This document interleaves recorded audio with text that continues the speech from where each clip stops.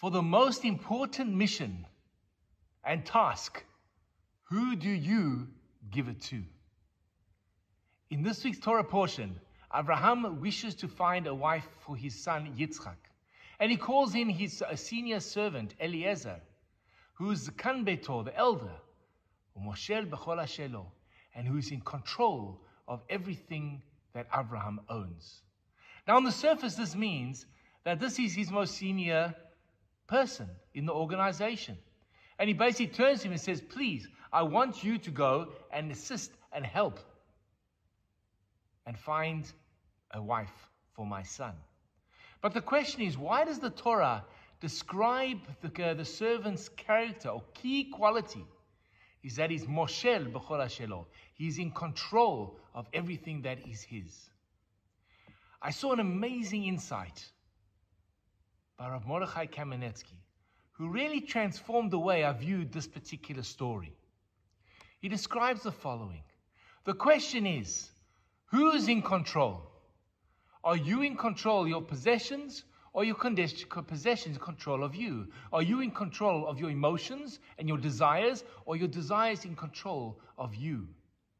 When we look at Judaism as a package deal, we understand that the mitzvot are there to teach us how to be in control of every situation. Now, you may say to me, but if God demands for me to do certain obligations, then I really have no control over the situation. For example, God tells me what I'm allowed to eat and not allowed to eat. So in essence, I have no free choice in the matter. But the truth is actually the opposite. And I'd love to share with you the following story about a Jewish man's on a plane, and his food arrives. It looks, as everyone who had kosher food on a plane knows, sometimes it looks a bit underdone. It could be a bit frozen. It's not the best meal. And next to him is sitting a businessman who gets a beautiful, steaming dish, obviously non-kosher meat, and he looks over at the Jew and he says, "Pity you can't eat this." To which the Jew looks at him and says, "Actually, I would love to eat this. Can we swap?" The businessman looks in horror. "I don't want to give up my fancy meal to you." And the Jew responds, "You have to understand, the reason why I don't eat your food is because God has told me I can't eat it. Do I want to eat it? Absolutely. Am I starving? Sure. Would I prefer to eat your hot food to what I've got? Definitely. But I can't. Why? Because God has commanded me. So I actually have self-control because I choose not to eat it.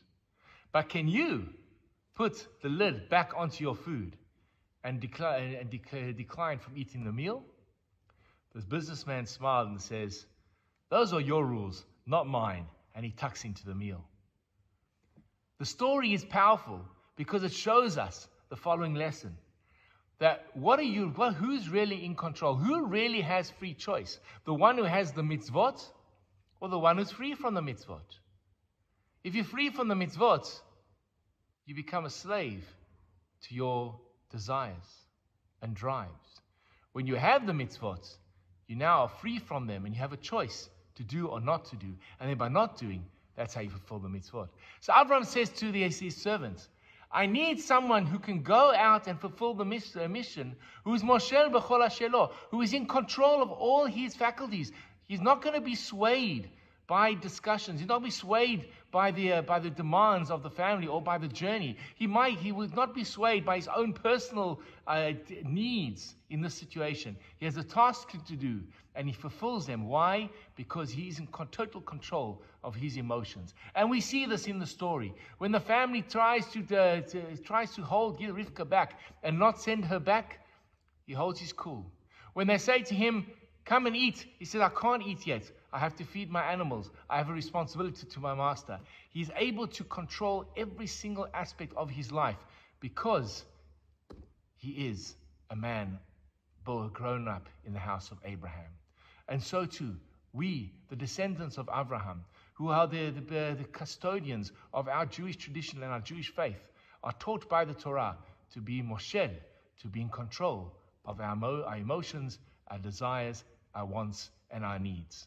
May we all fulfill that obligation and have the blessing of Moshel B'chol Beit Ashelo, be in control of everything that we own.